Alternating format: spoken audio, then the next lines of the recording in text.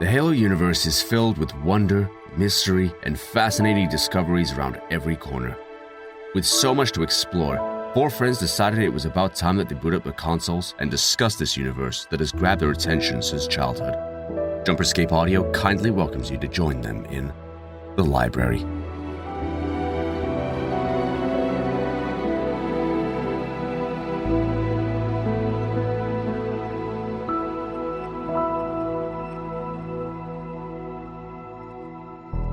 Wow, welcome to The Library, another episode of The Library, a Halo lore podcast that is dedicated to going into Halo lore, but in a really fun and unique and friendly and happy way.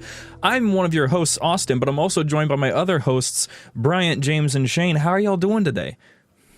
Just fine and dandy. And by today, I mean tonight. It's no longer day.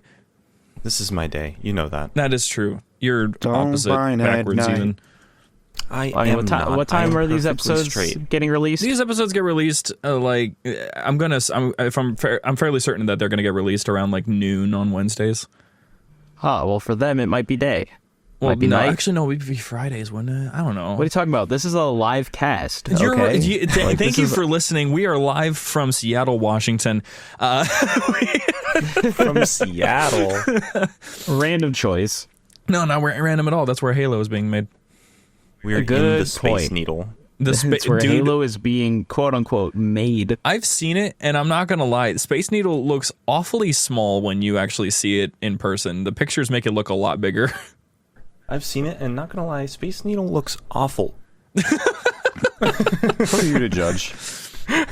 So today, I'm excited, and I think everyone else here should be as well, including you, dear listener, because everyone knows about this topic. Praise God, it is the UNSC, the United Nations Space Command, or, the accessory to the United Earth Government, the UEG, whatever you want to call it. It's all here. It's all humans from here on out. And by here on out, I mean for the rest of this episode. We're probably going to jump back into other stuff next time. So, to get started with UNSC stuff, I want to challenge you guys. Summarize the UNSC in one comical sentence. Humanity. One comic That was a word. sentence. You can have a one-word sentence. Humanity. You got this. I believe in you. Humanity in the future. But Now there's aliens. but now there's T-shirt. Yes. And that leaves you, James. It's all up to you. Quiet fascism. This took a turn. I like the turn I this made. mean, if you look deep, UEG I'm pretty not saying sketchy. you were wrong, but The UEG is pretty sketchy.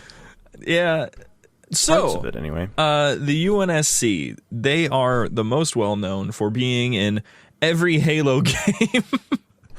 no way. Never noticed. I'm being for real.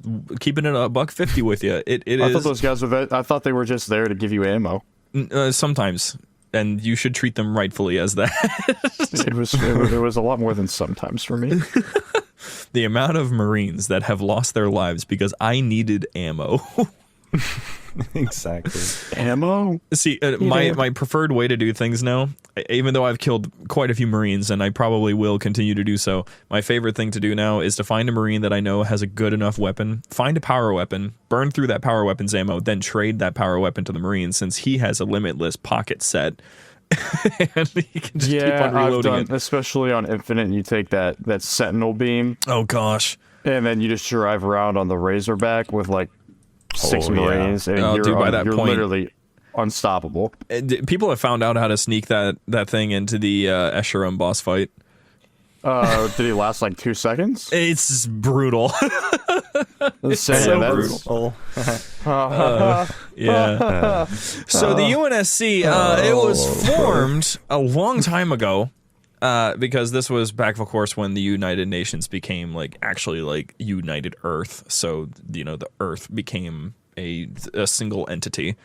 There's this whole backstory about how the UNSC came to be, involving things like, as humans usually do, civil war among the various peoples, including an interplanetary war that happened mostly on Mars. So there was some good stuff happening there. The war didn't really last overly long, but because of that war, that was the thing that united pretty much all of humanity's military forces by the end of the 22nd century. So thus became the UNSC. There's really not much else that's known about the UNSC or its development over time like that. There's some smaller pieces that we know about, like the ODSTs were a thing that was developed in the 2400s, and it was very rudimentary at the time, and then slowly progressed into being something that's just utterly terrifying. As for UNSC that we know of, pretty much everything about UNSC's history pretty much starts at the Human Covenant War. But we do know a couple things that are rather entertaining, thanks to at least a few small comics and books that have answered a couple questions for us. Such as there were all sorts of different political conflicts and all these other interplanetary conflicts that would happen over the course of time. But ultimately, conflict was not something that the UNSC was interested in supporting, so eventually the Spartan program was started up so that they could make war stop happening forcefully. And of course that didn't work out, but only because there was a larger threat that was looming overhead, quite literally, most planets. So the UNSC, they are comprised of a few small departments, like smaller departments. We've got the Navy, the Marine Corps, the Army, the Air Force, and the Office of Naval Intelligence, as well as the Spartan program. So here's the thing. I want to pop quiz you guys, because this one is like, I didn't know about this until probably like 3 years ago. Which Halo game do you see mostly Army soldiers and not Marines? I actually only just learned that there are like Army soldiers and then Marine soldiers in the game. So I'm going to guess Halo 3 and be completely wrong. Okay. I'm going to guess what makes the most sense to me. It's between two. It'd be either Reach or ODST. Okay. I'm going to say, I'm going to go with Reach. I'm going to go with Reach. Okay. Reach would also make sense. Shane and James are cracked, and Bryant is an idiot. All right. Well, at least I called I'm only it. half right because I gave two answers. That is true. Like, my reasoning was, what are things that you don't really spend that much time on a spaceship? Yeah. And, those are the games I think about. And that is true. There's a mixture, like you see both. You see Marines and Army soldiers in Halo Reach. The only way that you can tell the difference, aside from what they're wearing, which is very small differences, the Army guys have these sort of designs on their, I think, left shoulder plate that has the UNSC Army logo on it. And, I mean, the Army logo is pretty heat, I'm not going to lie. Looks pretty sick. It kind of looks like something that you would see Buzz Lightyear wearing. The Army it's as you would expect. It's just the standard Army of the UNSC. They only primarily show up in Reach, I would assume, just because, there was a massive military presence there, and Marines aren't the big, part of any military. So, I do have a question. This is kind of, I don't want to even say backtracking. Basically, like, it's kind of just going backwards. Like this has been on my mind for a while. Like, when did everything on Earth, or when did everyone on Earth kind of just was like, okay, we need to put our conflicts aside and then just like all merge into one unit to start conquering and exploring the universe? That was like the late 2100s. So late 2100s. Yeah, after a lot of colonization of various planets, the UN had this like they had all sorts of like ethical stuff they had to solve, because it's like, okay, well, there are humans that are not on the Earth. How are we supposed to keep control of the ethical situations that humans might run into across space? So the UN had enacted something called the Genetic Rights Act to ensure that basic human rights would be within humanity's expanding domain, as quoting Halopedia. They pretty much would spend most of their time following conflicts and political struggles to figure out how do you make humanity work when it's spread out across a massive space. So when it came to Earth unified rather early. That makes sense. I mean, with all the insurrectionists out past all that, the original civilizations, that I figured Earth was one of the first ones, if not the very first. Yeah, I will say though, it's rather interesting how the timeline kind of matches up between the real one and the Halo one, because according to Halo lore, there was something called the International Society of Civil Engineers that was formed in 2021, and it was when colonization began. Efforts started being put into moving humans to other planets, and currently we are conducting operations to either put people on Mars or the moon. So I think both. I think they want to have. I don't think they want people to at least have a handful of people living on the moon, and then they want to start sending people to Mars at some point when it starts getting terraformed and such, or to assist with the terraforming. Yeah, at the moment, both matching real timeline and Halo timeline, the moon was the first thing to get colonized, and it was pretty much fine. Oh, that's something I didn't know. I didn't know the moon was colonized. There's people this civilization on the moon, complete civilization, not just a few people. Well, so if we're talking planets, of course we can't count the moon. But if we're talking planets, Mars was the first one we colonized. Right. Well, I mean, just anything other than Earth is more or less what I mean. Yeah. Planet, moon, star, whatever the hell you want to call it. Yeah. There is some other entities within the UNSC, though, and it's kind of interesting because one of the major movements that ends up being kind of a problem is the Unified German Republic.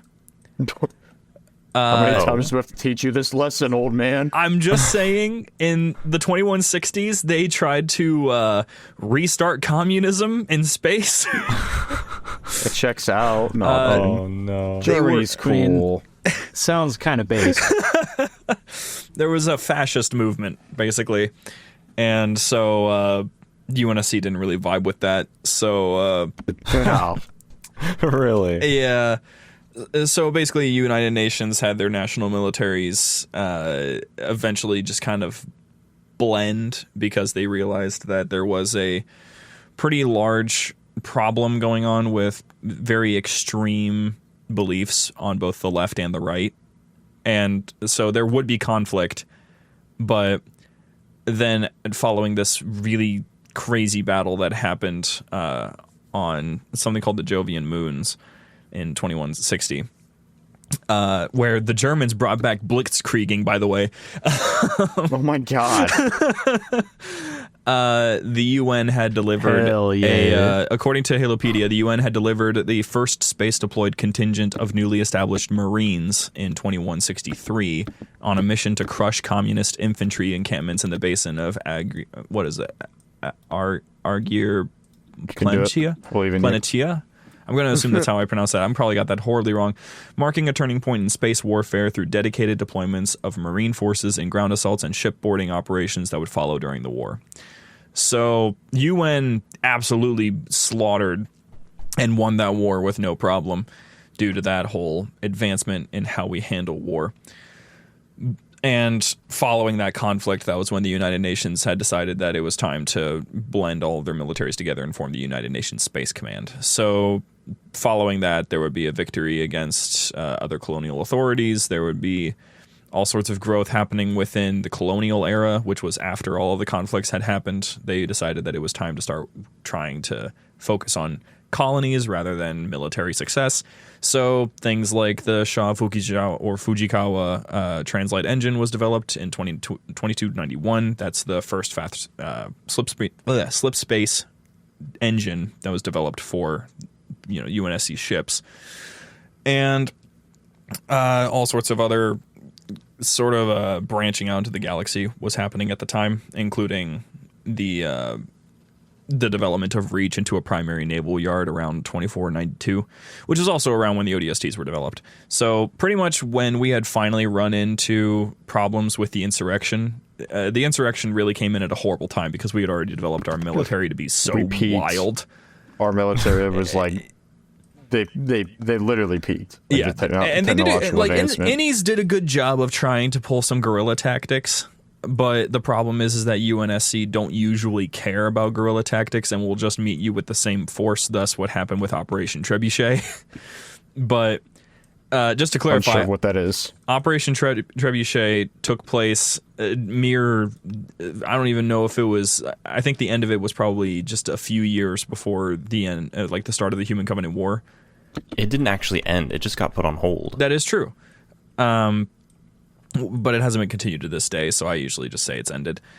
Trebuchet was pretty much a active operation for focusing on wiping out as many insurrectionist groups, no matter their allegiance, across the galaxy with as much violence and I guess showboating in a way as possible.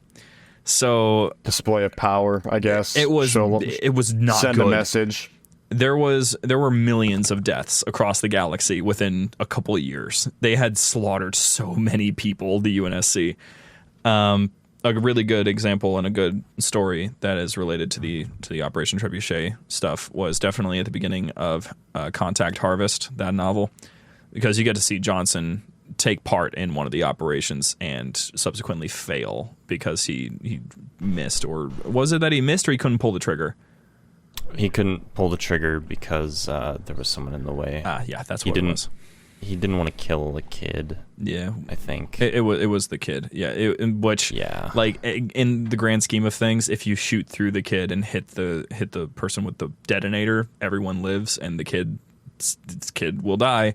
But if you don't shoot the kid, everyone dies, including the kid.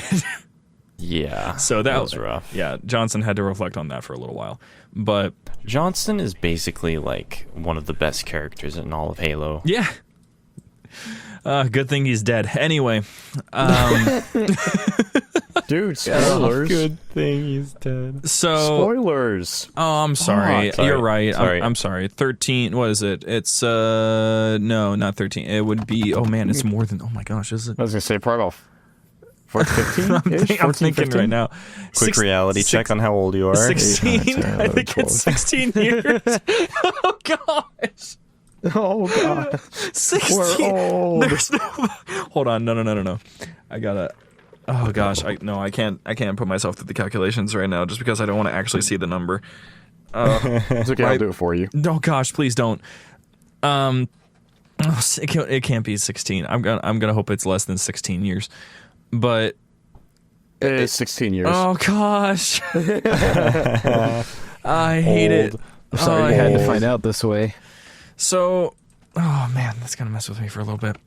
So, after the insurrectionists became a problem and the United Nations Space Command decided to not make them a problem, we ran into a little bit of a snag, which was this tiny one. This quirky little thing of after 500 years of colonizing space, we ran into the one thing that we didn't want to run into, which was extraterrestrial life that was actually aliens.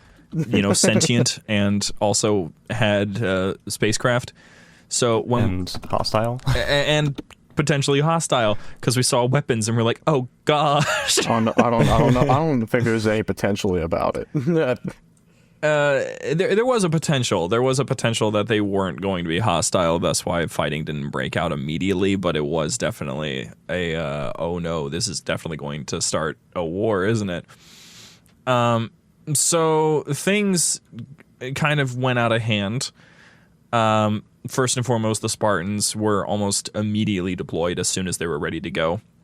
Spartans we'll be going into Spartans later on in this series, but to summarize them real quick, Spartans were a specialized unit that was designed to take on insurrectionist threats without threat to human life, aside from the insurrectionists, because Spartans were designed to basically be unkillable, which they likely would have been had they been only fighting humans.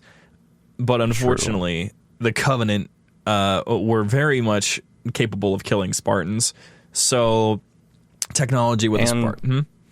And the Spartans were deployed against insurrectionists before the Covenant showed up. They did actually fight against insurrectionists. Technically, if we're talking about that general, that first operation where they didn't even have armor yet, that was an unofficial deployment. So I don't.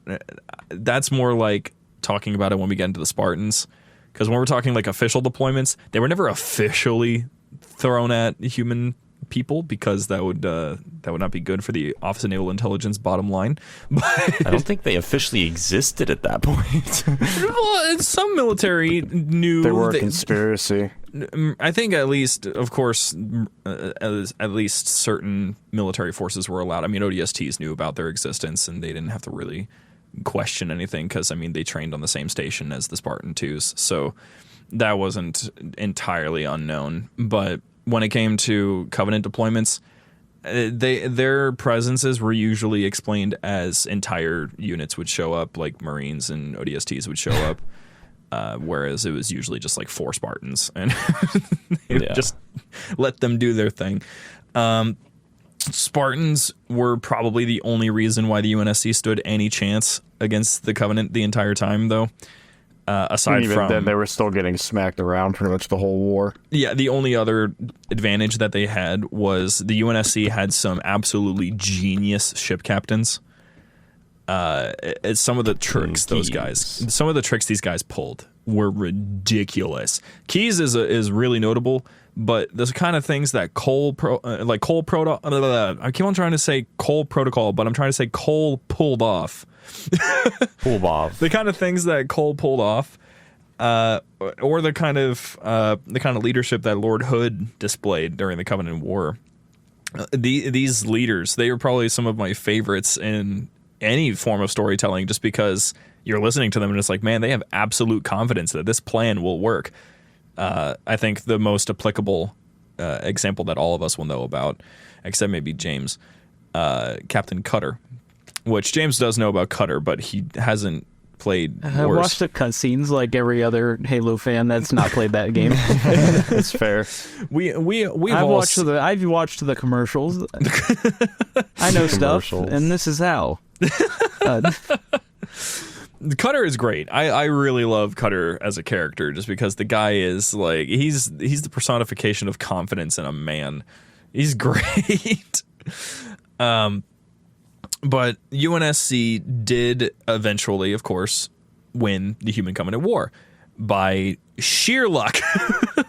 If they had not found the Halo Ring, if they did not have Master Chief, if they did not win specific engagements that shouldn't have possibly been won, the Sangheili. Yeah, if the Sangheili had not turned and helped the UNSC, they would have been wiped out. Probably been done. Yeah, probably would have been done. Screwed them over. Yeah, because that was the thing. Once the Covenant had found Earth, it was perfect timing for everything to go wrong in the Covenant, because once the Covenant had found Earth, that should have been Endgame. Oh, yeah. But that's probably the best part about the climax of the original Halo trilogy, is the fact that you're seeing that both the Covenant and humanity are on their dying legs, and they have to basically play a game of chess to see who can knock over the king first, who can destroy Earth, or who can kill the last prophet. Yeah, it's so cool, especially when you go into what was going on Earth while the battle on the Ark was going on. But of course, things went pretty well, relatively speaking. The war was won. Many human lives were lost. Yeah. And it didn't get better, because the UNSC kind of had this little in-between space of just kind of being on edge the whole time. Think of it like post-World War II, where we were just trying to force things to feel normal again, while also being incredibly wary of an upcoming conflict that may or may not happen. It was kind of like that, because the humans were basically terrified that they were going to run into yet another alien race that was going to threaten their way of life, which, of course, only, I want to say, what was it? It was 4 years later. The Forerunners came back. That was quirky. That was quirky. And Poor things Phoenix. yeah. Poor Phoenix. Didact really looked at Arizona and said no. Fuck your life. But the UNSC had a pretty good track record of maintaining control despite the fact that they were always against some form of odds that would put them at a form of disadvantage. It didn't really help that some other forces within the human race would kind of go out of their way to sometimes subvert them, such as, the best example is Office of Naval Intelligence. They would constantly act in their own self-interest over the UNSC, and that was never helpful. Sometimes just individuals within the UNSC would act by their own volition, and the UNSC would have to deal with the repercussions of that. People taking matters into their own hands. Sometimes they would learn their lessons, sometimes they wouldn't. But generally speaking, it wasn't great for the average civilian either, because the average civilian kind of questioned the UNSC at all times. So, okay, going into the civilian aspect of things. So, as far as like recruitments, were people like drafted, or were there people just that many people willing to just sign up? No, there wasn't a draft. That was the most interesting thing. Was the UNSC was simply massive, and it's humans from every country, nationality combined into one, taking the world's armies and basically, just throwing them all together. So I'd imagine there wasn't a shortage of soldiers until, the Covenant started going planet to planet, turning it into glass. Yeah, because there was two different sides of the coin. There was the one side that thought that the UNSC was utter garbage and should be stopped at all costs because it's oppressive and fascist and all of that, totalitarian and such. And then there would be the side that would usually be acting in the interest of their colony and see the destruction of the insurrectionists and go, I'm going to join the UNSC to protect my colony. Right. So that was typically the way that things would go. Otherwise, it was just the average soldier would be fighting for the peace of the galaxy. And yeah. Hey there, Halo fans. Don't go anywhere. We'll be back with our friends right after these messages.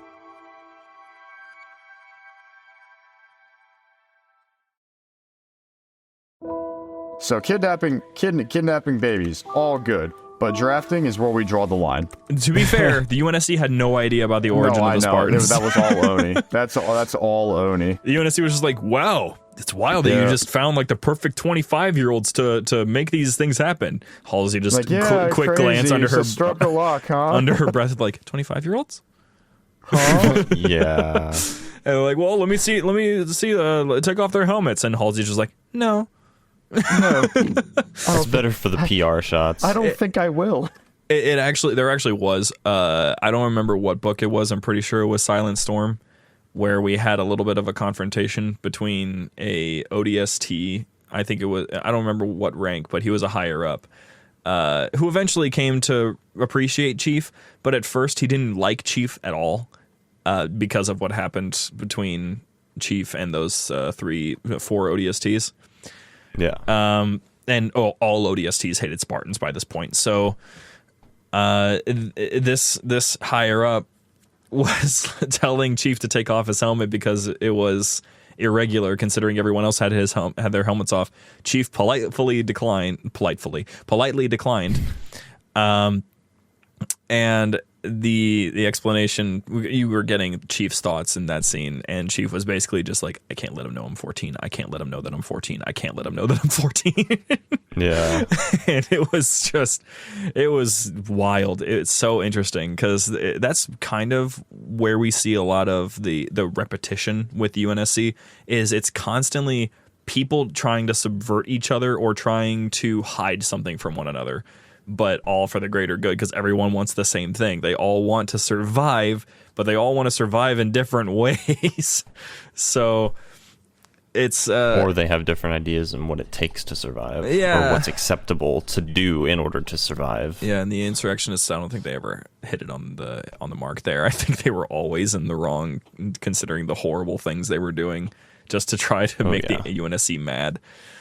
There was a part of one of the books I just finished where they were talking about how the colonists were upset that the UNSC was being overbearing and whatnot, and like they wanted to be free of the UNSC, but someone pointed out that the colonies asked for the UNSC to get involved in the first place because of piracy. Mm-hmm.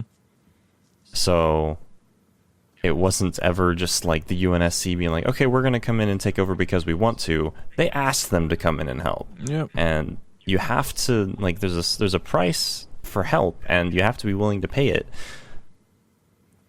So, the insurrectionists kind of just sucked. They really did.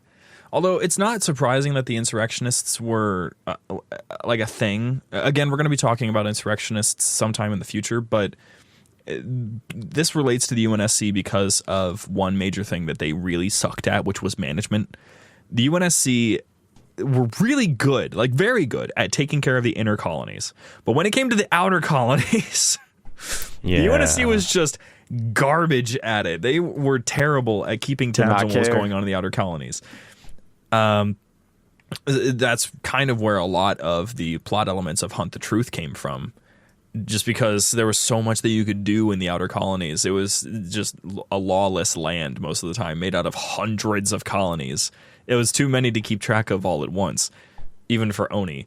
So with UNSC having very little control in the outer colonies, and the outer colonies mostly having to deal with things like little to no food, little to no support, being left to die by the Covenant, they would see what was going on with the UNSC while they're fighting the Covenant. Some of them had theories that the UNSC started the war. Some of them believed that the war was actually not even happening because there was no solid evidence, because, you know, glass planets have bad records.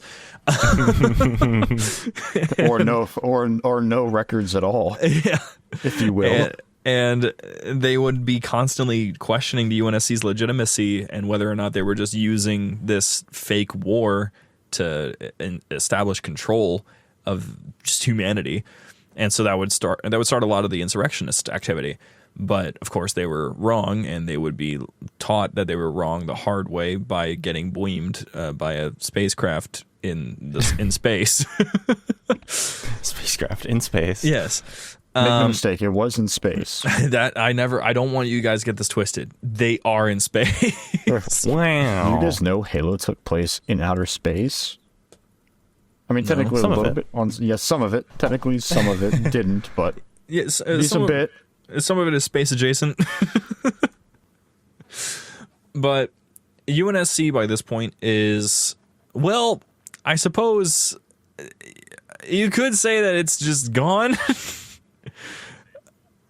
But the thing is that they're talking about what happened in Infinite, like the entirety of the UNSC was wiped out in a way, but that's not true. It couldn't be true just because there's too much UNSC. It was just the Infinity, wasn't it? Just the Infinity. I mean, it wasn't just the Infinity. There were other supporting craft, but the Infinity was the capital ship of that fleet. The Infinity itself holds a fleet of frigates inside of its belly, so it just at any point can deploy those frigates, and it has a whole fleet in its back pocket. So there were more ships, and there were other ships that were guarding it on the sides, but we just didn't see the space battle because we don't need to see it. I guess. I mean, we do. I want to. So the UNSC at this point, what we know of what they're up to is mostly just trying to get their colonies back. Bro, give me my colonies back, I swear. It was not a good time. Right now, we're getting close to finally seeing what was going on with Reach being recolonized. That was teased all the way back in Halo Reach at the end, where you see that little spacecraft in the background. That was actually a point of contention for a long time of like, is that the Forerunners? Is that just advanced humans? What's going to happen in the next few years? And it's like, well, I guess it was just an art style change because here's humans with fairly similar ships, and they're just going to be starting to recolonize Reach. Cool.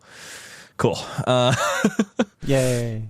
But Reach will take, I think, another 10 years before it's ready to fully populate again. But as far as I'm aware, they are looking to get the shipyards back. Yes? James, you had a question? Was I we heard you go. So You heard you, I yeah. just was listening. Maybe I didn't come through all the way. No, you didn't.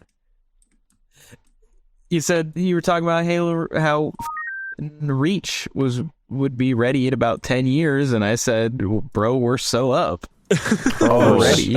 Yeah, all we heard was We're so and you know what? And I was like, in my brain, I'm like, I'm so confused. I'm like, I don't know. It sounds pretty straightforward. So let me. I mean, I'm sure I've noticed this before, and if I paid attention to it when I was a kid, I mean, I definitely have, but it's like off the top of my head, I cannot think of it. I know like the ending cutscene for Reach when Halsey's giving the little speech, like and it shows Reach starting to be re-terraformed. How far is that into the future? Like, is that after or before Infinite, or is that like right after like the events of Halo 3 when the war ends? I'm fairly certain that cutscene dates it as 2560. Okay. So around the time of Infinite. Yeah, I can actually look at that real quick just to make sure that I'm right. Curious because like it was either 2560 or somewhere in 2570, but I'm gonna just check to make sure. 70. Oh gosh, Noble 6 is dying. Okay. No. And while you look that up, something that I thought of just now was that like it might be sort of self-explanatory, but like, what if it isn't? If it hadn't been for the war with the insurrectionists, it's possible the UNSC wouldn't really have been ready enough to hold off the Covenant as long as they did. Yeah, they would not have been able to build up the military. They didn't even like. I mean, the original purpose for Spartans was to fight, insurrectionists. So it's just like if there's no insurrectionists, there's no Spartans. And let me tell you, a human Covenant war with no Spartans, it is unholy what would happen. But even beyond the Spartans, like if there had been some way for them to still fight the Covenant in some sort of way as effectively without the Spartans, the first thing I think of immediately after saying that is Halo Reach where there's Spartans. But like, let's say instead of Noble Team, it was a different group of the UNSC that are going to investigate the reports of the insurrection on Reach. And then there's the Covenant doing stuff on Reach. Like, they were in the perfect place to be able to hold the Covenant back enough for the Pillar of Autumn to get away and get Chief and Cortana out of there. And it was just perfect timing for the location and just being in a state of readiness for war, and then just being able to shift the focus of the enemy. That's something I'm mad we haven't gotten yet. I'm sorry, this is kind of not really off topic, but I'm really upset we have not gotten, like, because Chief was on Reach, correct? Kind of ish. Explain, elaborate. He was above Reach. Yeah. Oh, was he fighting in space? He wasn't fighting. He was fighting just in outer space. He was like half watching. He didn't get to participate for very long. The fight was mostly over by the time he showed up. Oh, what a shame. He just had to run, Chief, run, go, get to the first Halo Combat Evolved. The first Halo Combat Evolved. Halo 2. 2 Halos.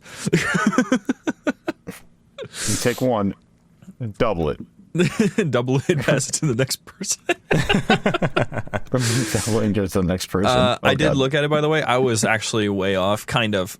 So the 2560 number was 2559 was when there were attempts that were being made that Blue Team saw for recolonization efforts. And it was being done with terraforming. It was being done with trying to get rid of the radiation in the atmosphere. Because, I mean, it's all still glass, so that's an important thing to deal with. However, I was off by when they actually got Reach habitable. 2589 is when Reach becomes habitable. And then in 2610 is when we actually have have cities. We have 2 cities on Reach, one of them being New Alexandria, got rebuilt, and another one that I'm going to probably butcher that's called Estergom. So New Alexandria. So what so when we got that cutscene at the end of Reach, when did that happen? Was that like in in like retrospect of the Human Covenant 2589. War? Okay, so that's like right after the end of the war. No. What is that? The Covenant War ended in 2552. So it's okay. Yeah, that's a good 37 years after the Human Covenant War ended. And so it's the UNSC had been focused on basically the same thing happened after the Human Covenant War as what happened when the humans were done fighting each other. The efforts were pushed towards, hey, let's rebuild our society before we do anything else. So that was mostly the focus. There were some other things that they were interested in doing, like they were trying to expand their technology by researching Forerunner stuff now that they had better understanding and such, which is how the Infinity was made. The Infinity was using, like, the engines were Forerunner tech. I'm pretty sure the gun was partially Forerunner tech, hence why it could fire so fast and reload so quickly, because it's a super Mac that's built into the ship. So it's... And they also got the upgraded slip space technology at the very end of its construction. Yep. And how much that was wasted, it's gone. Yeah, they literally put every scrap of Forerunner technology they had into the Infinity, and it just died instantly. It's so disappointing. Yep. But that's kind of how it goes for the UNSC. The UNSC is like, this is so neat. I'm so happy it's dead. It's dead. We're like, I think you could get a lot of context as to what the UNSC is all about by looking at their heroes, because there's quite a few heroes of the Human Covenant War. One of my favorites, there's this guy that's just, it's not a Call of Duty reference, but his name is Ghost. At least he's called Ghost. I don't actually remember his real name, if he even was given one. But he was a Marine who lost his entire squad, and he was the only survivor, and the last squad member died in his arms, basically trying to call him out for not having a reaction that all of his soldiers just died, and being like, Oh, yeah, I remember what you're talking about now. Yeah, you know what I'm talking about. We're talking about the package, not the package. That's not the one. What am I talking about? What is that one called? Oh no, it's from Halo Legends. I should know this. I need to watch that again. Prototype. It's called Prototype. And basically Ghost took a very early, I'm fairly certain it was a Mark II Spartan armor, but it wasn't like armor, it was a mech suit at that time. Yes. And he wipes the floor with an entire Covenant like battalion. It was like a Mantis sort of, right? In a way, yeah, with a Mjolnir helmet. Oh, right, yeah. So it was very much like it was a mech suit, and we can say confidently that's a mech suit just because we see them later in Halo Wars 2, but like a better version of it.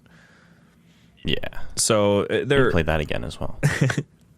it's pretty cool what characters exist within the UNSC. I think the characters are what make UNSC so cool and awe-inspiring, especially when the Marines are always so confident all the time. They're making jokes all the time. They're so much different than most video game militaries, and that's really what makes them stand out.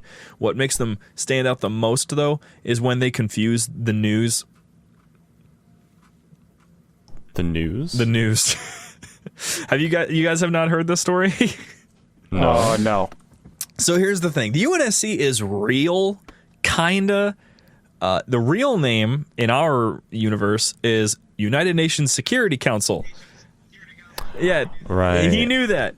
So here's the thing. The BBC at one point, they were doing a story on the UNSC and accidentally on screen put the UNSC emblem from Halo. That's beautiful. Which was probably the best advertising that Halo had in a while. So that was pretty great. The video was pulled down, though, from the BBC website. You can still find re-uploads of it, though, because the internet does what it does. Good. That's really, really good. Yeah.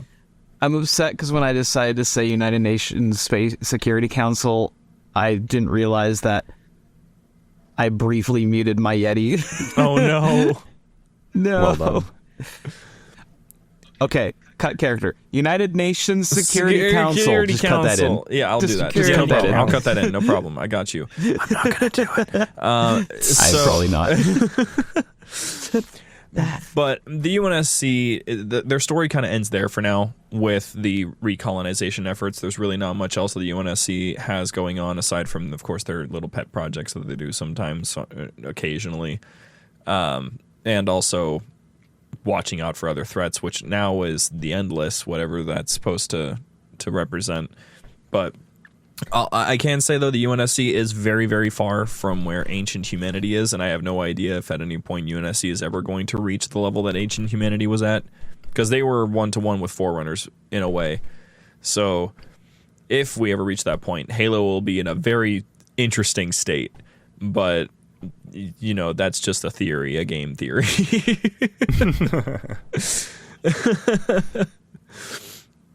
So yeah, that's pretty much the gist of it. There's some other smaller tidbits and little details here and there about like what multiplayer maps are set where, that sort of vibe. But yeah, do you guys have anything in particular you want to know about the UNSC? Maybe some of the things that like they did wrong. So we know a lot of the stuff they did wrong. Like almost lose the war numerous times. I don't think that's necessarily doing them. That's them doing it wrong. I think that's just them being outmatched. Yeah, Cole Protocol really saved their whole operation multiple times. I sure did, buddy. Yeah. Oh gosh.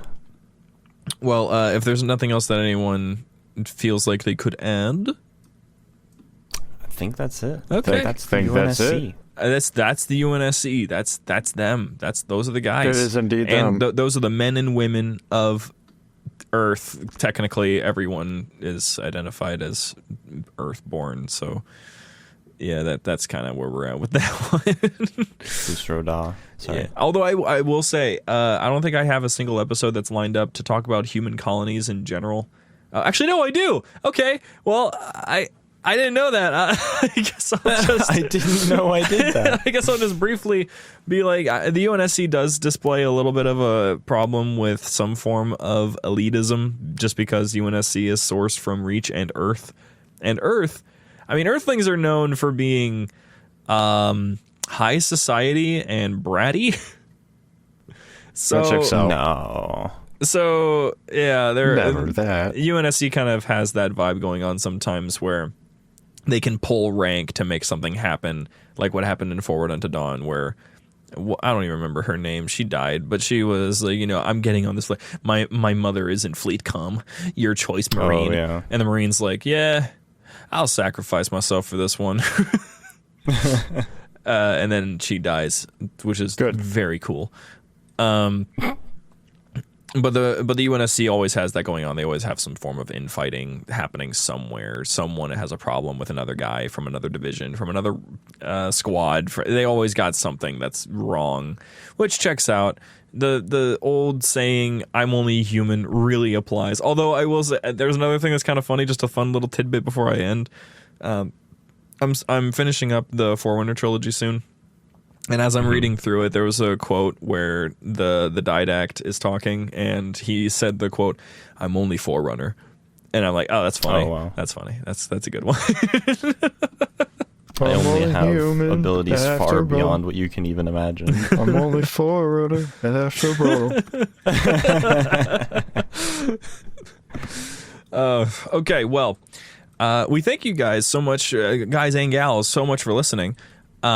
Yeah. We hope that you join in next week, because next week we're going to be talking about... Please. We're going to be talking about the Human Covenant War, specifically.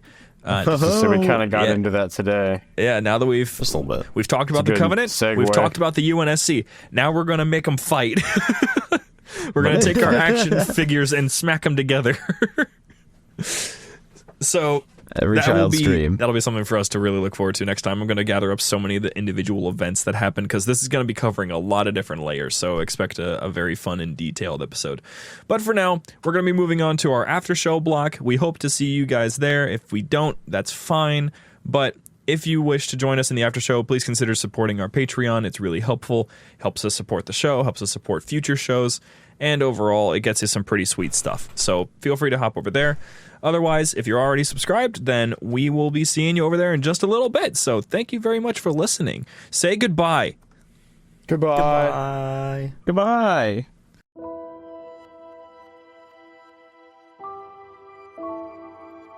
The Library was produced and published by JumperScape Audio. Funding was provided by our fantastic patrons on Patreon. If you enjoy the show and wish to support JumperScape's future projects or get some sweet benefits, join our Patreon at patreon.com/JumperScape or become part of this truly special community at discord.gg/JumperScape. Thank you for your listenership, and we hope you enjoyed.